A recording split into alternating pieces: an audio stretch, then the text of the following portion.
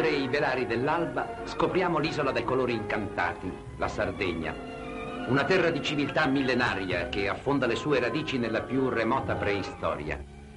È la terra del miele amaro che al primo assaggio sembra ruvido ed aspro, ma poi si addolcisce e diventa gradito. Così appare l'isola al visitatore. Dapprima chiusa ed austera, la sua natura si svelerà pian piano fino ad esprimere con la voce stessa della terra il mistero della sua indole. La forza vitale della vegetazione ci viene incontro selvaggia, lussurreggiante. Il verde dei fichi d'India si ingemma di frutti.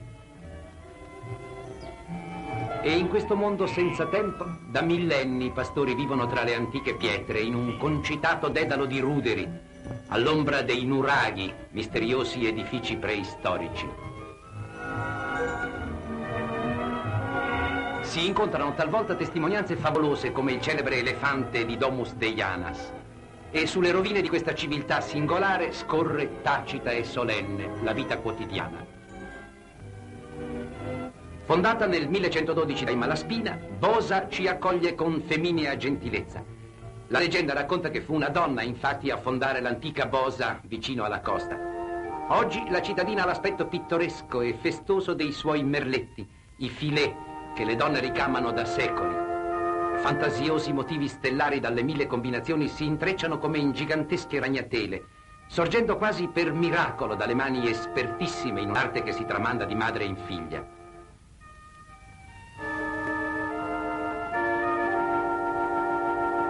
Nell'abito stesso, la donna di Sardegna esprime la ricchezza del suo cuore. Vi domina il rosso, il bianco, il nero, trapunti di preziosi ricami.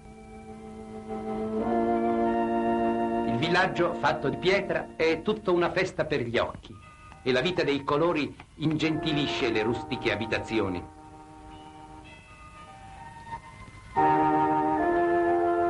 Come si tessono all'aperto i merletti, così i colloqui d'amore sotto il sole, nel quotidiano fluire della vita, in un racconto che intreccia sogni e realtà, dove fioriscono singolari e graziose leggende.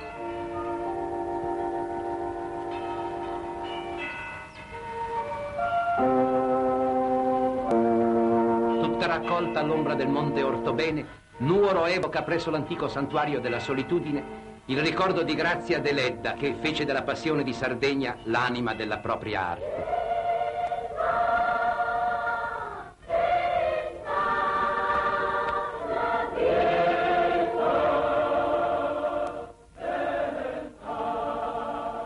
Le feste religiose, le sagre, le processioni come quella in onore di Sant'Ignazio a Laconi sono pagine aperte dei suoi celebri romanzi.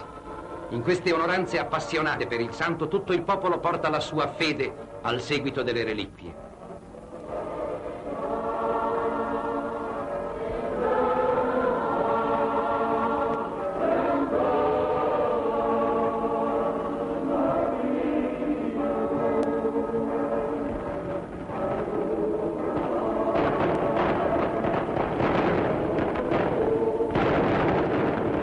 Con la fragranza di grappoli trionfali, la campagna dell'antica Caralis ci dà il benvenuto. Nel cagliaritano la vendemmia è come un rito, celebrato sotto un sole forte, pungente, generoso come il vino nero. Le case si affacciano su giardini di gusto orientale e l'antico pozzo canta nel rigoglio dei fiori una melodia di pace. Sotto i portici ombrosi e riserbati dove il mondo sembra lontano, i gesti più comuni assumono una regale dignità, componendosi come in un affresco. Fuori di questa serenità risuona un ritmico picchettio, è la fiorente industria delle mandorle. Oltre il verde cupo degli alberi, Cagliari esalta le gloriose manifestazioni dell'arte pisana, cui si deve la costruzione del castello di Cagliari con la torre dell'elefante del 1307, dal profilo tagliente quasi d'acciaio. Altrove risorgono le primitive memorie cristiane, l'impronta dell'arte di Bisanzio, il gotico, il barocco. Risorgono dalla terra rossiccia nel cuore della città distesa sul colle e con i suoi edifici compatti nell'antica pietra dorata. E via dal vasto aeroporto, simbolo del moderno ritmo di vita, incontro al nitido orizzonte. Un veloce balzo verso il nord ci porta ad Alghero, dalle acque pescose e dalla spiaggia coperta di quelle alghe da cui prese il nome. Dall'azzurro profondo delle sue cale e dei suoi angiporti affiorano le aragoste. Forse le aveva assaggiate Carlo V di Spagna quando 4 secoli or sono definì la città bonita y bien assentada. Un altro prezioso tesoro ci parla di inesplorati abissi marini, il corallo. Ora esso risplende come sangue vivo al sole e recherà la sua vita misteriosa in tutto il mondo.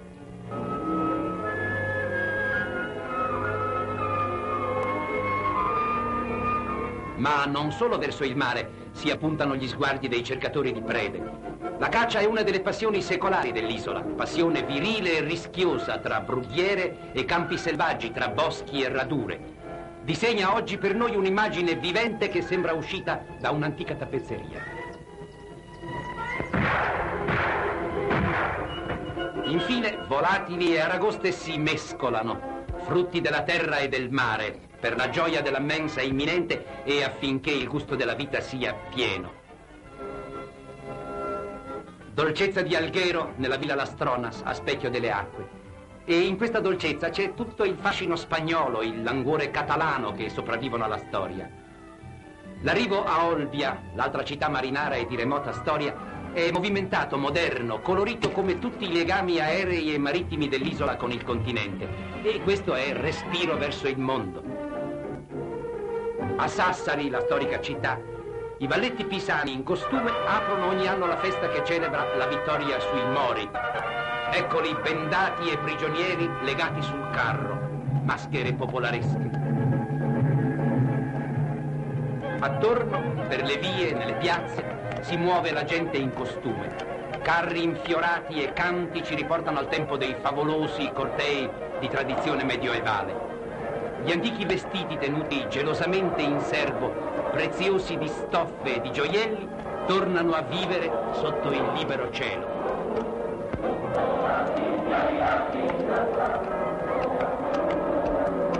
Il profumo della carne arrostita all'aperto esalta i giovani, che intrecciano rustiche danze a catena nei gesti che le ceramiche e i ricami hanno fermato nell'arte e che risalgono alle prime civiltà. Si balla e nella danza prorompe tutta la chiusa anima di questo fiero popolo.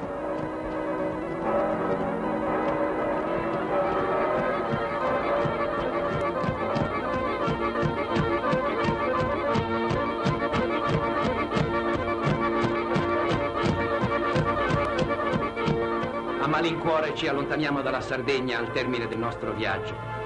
Ci accompagna il purpureo messaggio del suo tramonto.